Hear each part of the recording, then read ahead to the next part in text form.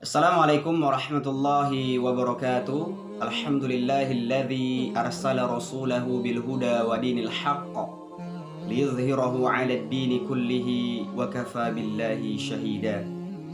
Asyhadu an la ilaha illallah wahdahu la syarika lah wa asyhadu anna Muhammadan 'abduhu wa rasuluhu la nabiyya ba'dah. Amma ba'du. Alhamdulillah, puji syukur kita kepada Allah Subhanahu wa taala. Pada kesempatan yang berbahagia ini, di bulan yang penuh barokah ini, kita masih diberikan kesehatan jasmani maupun rohani, sehingga kita dapat melaksanakan seluruh aktivitas kita dengan baik. Salawat beriring salam tak lupa pula kita hadiahkan ke ruh junjungan kita, Nabi kita yang agung, baginda Rasulullah sallallahu alaihi wasallam, yang dengan jerih payah beliau kita sampai sekarang ini masih merasakan nikmatnya iman dan Islam, dan mudah-mudahan kita mendapatkan syafaat olehnya. Ma'asyiral muslimin rahimani wa rahimakumullah. Pada kesempatan yang berbahagia ini, saya akan menyampaikan 12 hal yang masih dibolehkan di bulan Ramadan, khususnya di bulan puasa ini. Yang pertama yaitu mendapati waktu fajar dalam keadaan junub. Nabi SAW bersabda dari Aisyah dan Ummu Salamah. Mereka berkata, Nabi SAW pernah mendapati waktu fajar ataupun subuh dalam keadaan junub karena bersetubuh dengan istrinya. Kemudian beliau SAW mandi dan tetap berpuasa. Hadis ini diriwayatkan oleh Bukhari nomor 1926. Kemudian yang kedua, bersiwak ketika berpuasa. Dari Abu Hurairah, Nabi SAW bersabda, seandainya tidak memberatkan umatku, niscaya akan kuperintahkan kepada mereka untuk menyikat gigi ataupun bersiwak setiap kali dalam berwudu. Hadis riwayat Bukhari. Kemudian yang ketiga yaitu berkumur-kumur dan memasukkan air ke dalam hidung asal tidak berlebihan.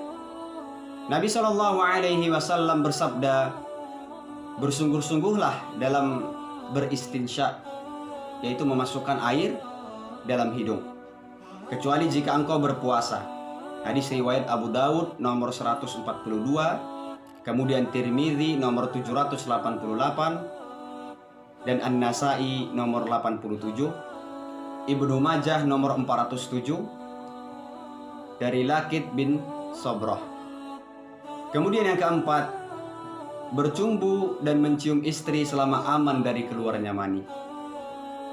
Dari Aisyah radhiyallahu anha, beliau berkata, Nabi SAW biasa mencium dan mencumbu istrinya, sedangkan beliau SAW dalam keadaan berpuasa.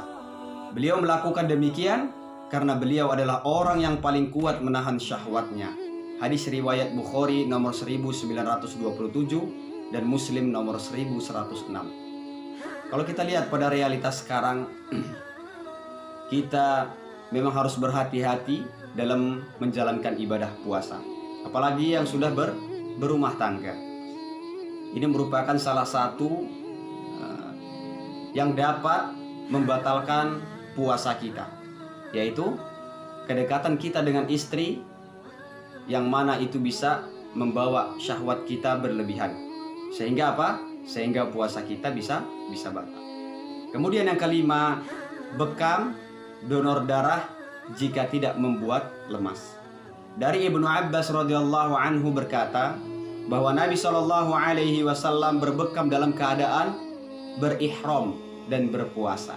Hadis riwayat Bukhari nomor 1938. Anas bin Malik ditanya, apakah kalian tidak menyukai berbekam bagi orang yang berpuasa? Kemudian beliau berkata, tidak, kecuali jika bisa menyebabkan lemah. Kemudian yang keenam, mencicipi makanan selama tidak masuk ke dalam kerongkongan. Dari Ibnu Abbas radhiyallahu anhuma, ia mengatakan, tidak mengapa seseorang yang berpuasa mencicipi cuka atau sesuatu selama itu tidak sampai masuk ke dalam kerongkongan. Hadis riwayat Ibnu Abi Syaibah dalam Musannaf, Syekh Al-Albani dalam Irwa nomor 937 mengatakan bahwa riwayat ini hasan. Kemudian yang ketujuh, bercela atau tetes mata.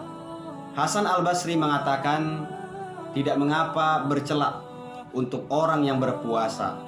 Dikeluarkan oleh Abdul Razak, sanadnya sahih. Dilihat dalam kitab Fathul Bari. Kemudian yang ke-8, mandi dan menyiramkan air di kepala untuk membuat segar. Jadi tidak masalah ya, mandi dan menyiramkan air di kepala untuk membuat segar. Hal ini dikuatkan oleh sebuah riwayat dari Abu Bakar bin Abdurrahman. Beliau berkata, sungguh aku melihat Rasulullah SAW al-Arraj mengguyur kepalanya karena keadaan yang sangat haus atau sangat terik dengan air, sedangkan beliau dalam keadaan berpuasa. Hadis riwayat Abu Daud nomor 2365. Kemudian yang ke-9, menelan dahak. Menurut mazhab Hanafiyah dan Malikiyah, menelan dahak tidaklah membatalkan puasa karena ia dianggap sama seperti air ludah dan bukan sesuatu yang asalnya dari luar. Kemudian yang ke-10, menelan sesuatu yang sulit dihindari seperti masih ada sisa makanan di dalam mulut kita, atau seperti darah pada gigi yang ikut pada air ludah dan jumlahnya sedikit serta sulit dihindari, maka seperti ini tidak mengapa jika tertelan. Namun jika darah atau makanan lebih banyak dari air ludah yang tertelan lalu tertelan, maka puasanya jadi batal. Kemudian yang ke-11 yaitu makan, minum, atau berjima dalam keadaan lupa. Dari Abu Hurairah radhiyallahu anhu berkata, Rasulullah SAW bersabda, barang siapa yang lupa sedang ia dalam keadaan berpuasa, lalu ia makan ataupun minum, maka hendaknya ia sempurnakan puasanya, karena kala itu Allah yang memberi ia makan dan minum. Hadis riwayat Bukhari nomor 1933 dan Muslim nomor 1115. Kemudian yang ke-12, muntah yang tidak sengaja. Dari Abu Hurairah radhiyallahu anhu, Nabi SAW bersabda, barang siapa yang muntah menguasainya atau dengan cara nggak disengaja, sedangkan dia dalam keadaan berpuasa, maka tidak ada qadha baginya. Namun apabila ia muntah dengan sengaja, maka wajib baginya membayar qadha.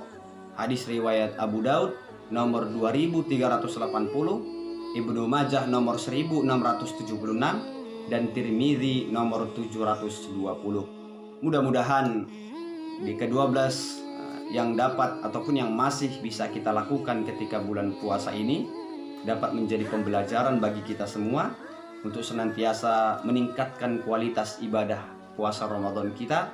Mudah-mudahan puasa Ramadan tahun ini segala sesuatu, segala dosa kita diampuni oleh Allah Subhanahu wa taala, amalan kita diterima oleh Allah Subhanahu wa taala, dan kita juga berharap mudah-mudahan Allah mempertemukan kita di Ramadan berikutnya. Demikian, wassalamualaikum warahmatullahi wabarakatuh.